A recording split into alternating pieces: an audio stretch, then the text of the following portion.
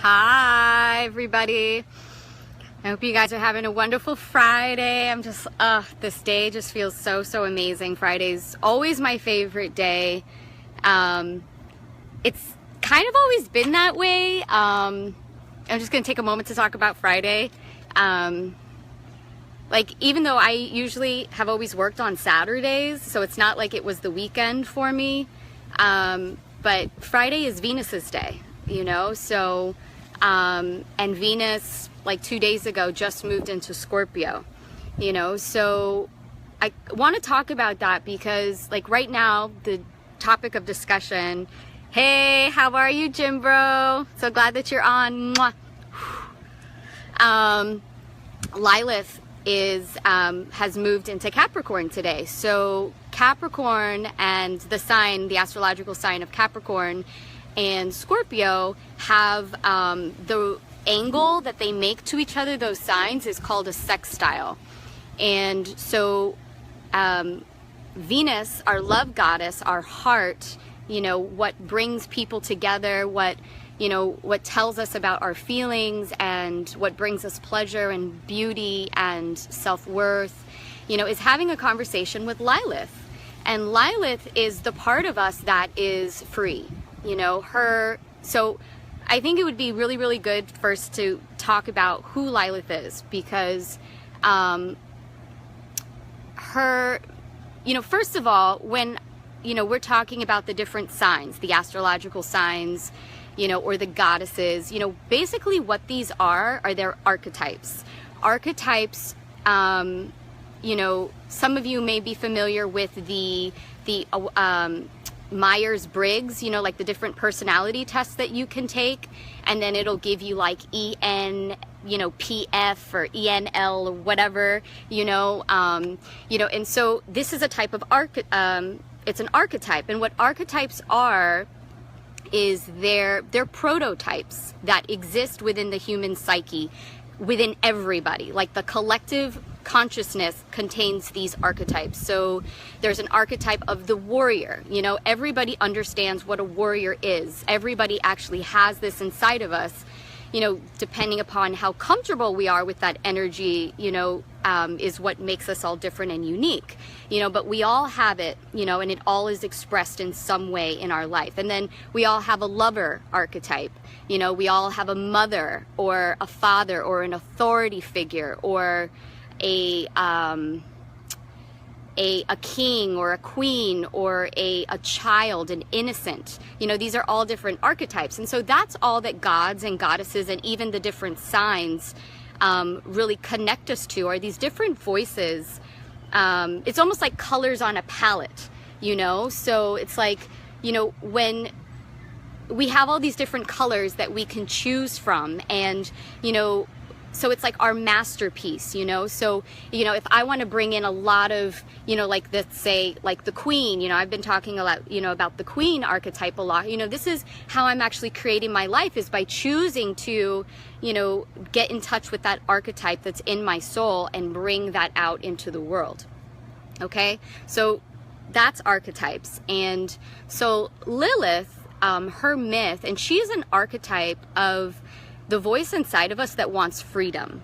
You know, she wants equality. She wants to individuate. She does not seek identity, like in relationship, you know, so it's like, you know, in relationship to men, you know, or to the patriarchy, meaning the masculine, the masculine, you know. And so Lilith, I mean, she's also known as Black Moon Lilith. So, you know, when we think about the moon, you know, and I've been talking about the moon is feminine, it's yin, it's instinctive, it's fluid. But because Lilith, she's not the aspect of the moon that's nurturing, like the mother. Like, when we think of moon, you know, it's very nurturing and comforting, and, you know, and so Lilith is not that aspect of the moon. She's the aspect of, like, she's like the dark, devouring mother. You know, she's the shadow. So it's, you know, the part of mother that can be like, that will eat her own children, you know, like she devours, you know, she's shadow. It's everything about our psyche and about who we are that we try to suppress and say, that's not me. So she has a lot of types, Scorpio, even Aries, and, you know, if we're going to go into the signs, you know, flavor to her. And I think like a really good way to just get clear with, you know, what Lilith is go into her myth. She has a couple of different myths.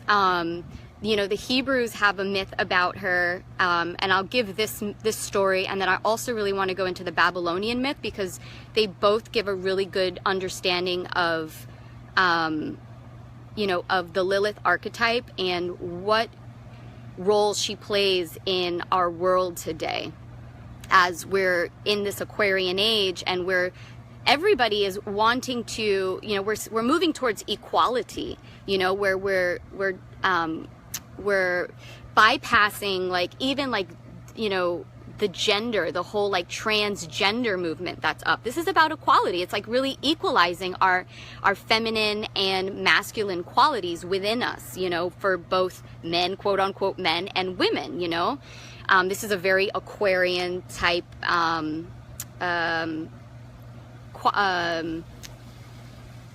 experience, okay? So her myth in the Hebrews was, you know, she was the first wife of Adam, and in the garden, you know, they were making love, and Adam insisted on being on top and said, well, you know, you were made from me, like God made you from my rib, or no, I'm sorry, that was Eve. So prior to Eve, God like made them as equals, like they both actually came from the ground.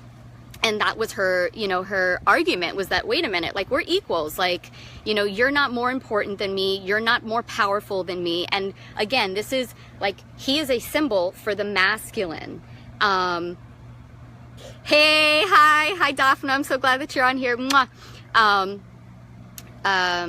Yeah, so Adam is a symbol for the masculine and Lilith is a symbol for the feminine. And that was her argument, is like, wait a minute, we should be equal. We should have equal power, you know? So if I want to get on top, then like, I'm going to get on top. And so he was like, well, God, you know, this woman, she's trying to control me and she's not being submissive to me. And Lilith was like, fuck this, I'm out of here. Like, if we can't have equality, like I would rather be alone in the desert by myself than to be submissive to you and be seen as unequal to you. So she dipped out, and so she went into the desert, and then she became demonized, you know, like he was so angry and he like longed for her and missed her, but because like he could not, you know, accept, you know, his the aspect of himself, you know, the feminine aspect of himself, and wanting to integrate that, he demonized her and he made her shadow, you know, essentially. That's how the myth, you know,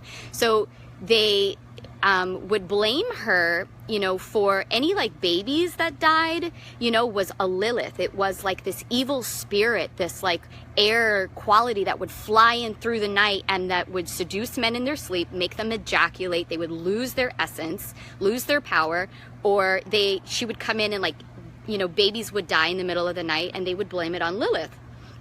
So, you know, when I work with Lilith in the astrological chart, you know, with patients and clients, you know, it comes up a lot with women that, you know, either have sexual abuse or disempowerment in their relationships to men. It also comes up a lot with abortions and, you know, or miscarriages. So if that's something that, and what's very interesting is that, you know, when Lilith went into Sagittarius, which was about 9 months ago, that was in time with the Women's March on DC. So now that, you know, it was like this huge uprising of feminine power that wanted to speak their truth. And I wrote about this, it's on my blog if you want to check it out. But, you know, it came up in such a way where it was like women with all of this deep resentment and bitterness towards the patriarchy and towards men, you know, and it has not been healed yet. And so our voices, you know, the voice of the feminine is rising up, and now she's in Capricorn.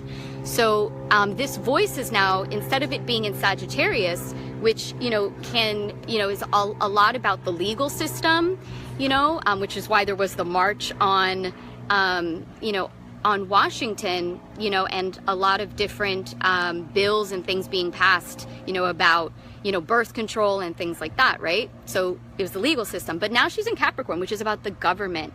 It's about authority, you know? And it's interesting, like in astrology, and astrologers tend to, you know, consider Capricorn as a patriarchal symbol, but really Capricorn is a feminine earth sign. So it's really about accessing that deep wisdom that comes from women. It's like very grandmother energy.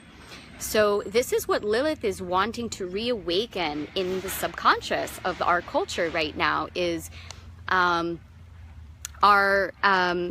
you know, any fears that we have around around aging, around our financial future, because Capricorn, you know, it's an earth sign, right? And it's all about like having a rock solid foundation. It's our roots, our ancestral roots, where we come from, but also our roots, like energetically, how we root into the earth and actually tap into the resource of Mama Gaia, you know, and the disconnect that so many of us have with actually working with our ancestors, you know, working with our heritage.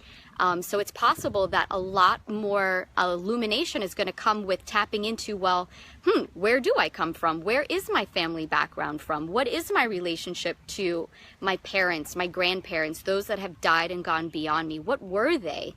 You know, what has come through in the DNA, in my subconscious, you know, that needs to be awakened, and a relationship that I can identify with that. And it's not in relationship to the authority, quote unquote authority, that's out there, you know, like the government, you know, and it's actually the authority that I have in here, because I'm connected to the real authority, you know, and you know, it's I was having this thought the other day about how government is, you know, we tend to think of government as like this very controlling force, and it is, you know, it can be anyway, but in a way where it's like control is bad. It's like, oh, the government, they're trying to control us, and, you know, and we're at the will and like the mercy of the government, like we're disempowered, right? You know, but when I think of like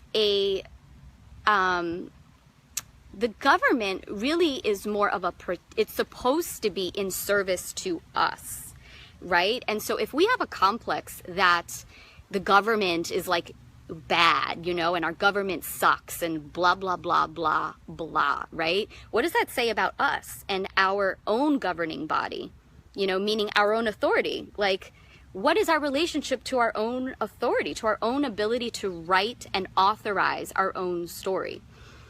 And, you know, it's about wisdom. Capricorn it's the wise elder, right? So what wisdom do we need to cultivate right now? And what wisdom are we suppressing out of shame or fear, you know, for our needs, our financial needs, for, you know, being wealthy or being in control or being an authority figure, or, wanting mastery, you know, or even just wanting to be alone, because, you know, Capricorn's the sign of the mountain goat that climbs up the mountain, and it's very ambitious. So even like, what sort of judgments or guilt, you know, do we have around our ambitions? And, you know, and when we climb up the mountain, you know, remember, what goes up must come down. And so when we're up there all alone and we're able to have this like beautiful perspective now, you know, because we're up on the mountain, but we're all alone, you know, and how comfortable are we with that, you know? So, and that can be, and I'm seeing this as like the government and that